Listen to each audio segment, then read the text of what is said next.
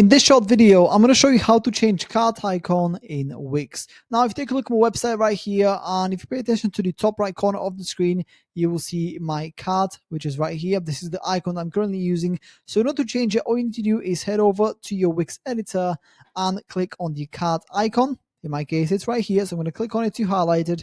And then once you've done that, I want you to click on settings right here.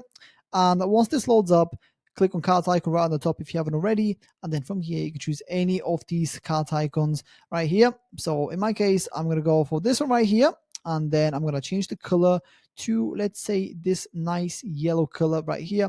And then number, fonts, and color, you can also change this to whatever you want. Make it red if you want to, just like that. And now to save the settings, we're going to click on next right here, and then go ahead and preview the website, and let's take a look at our card.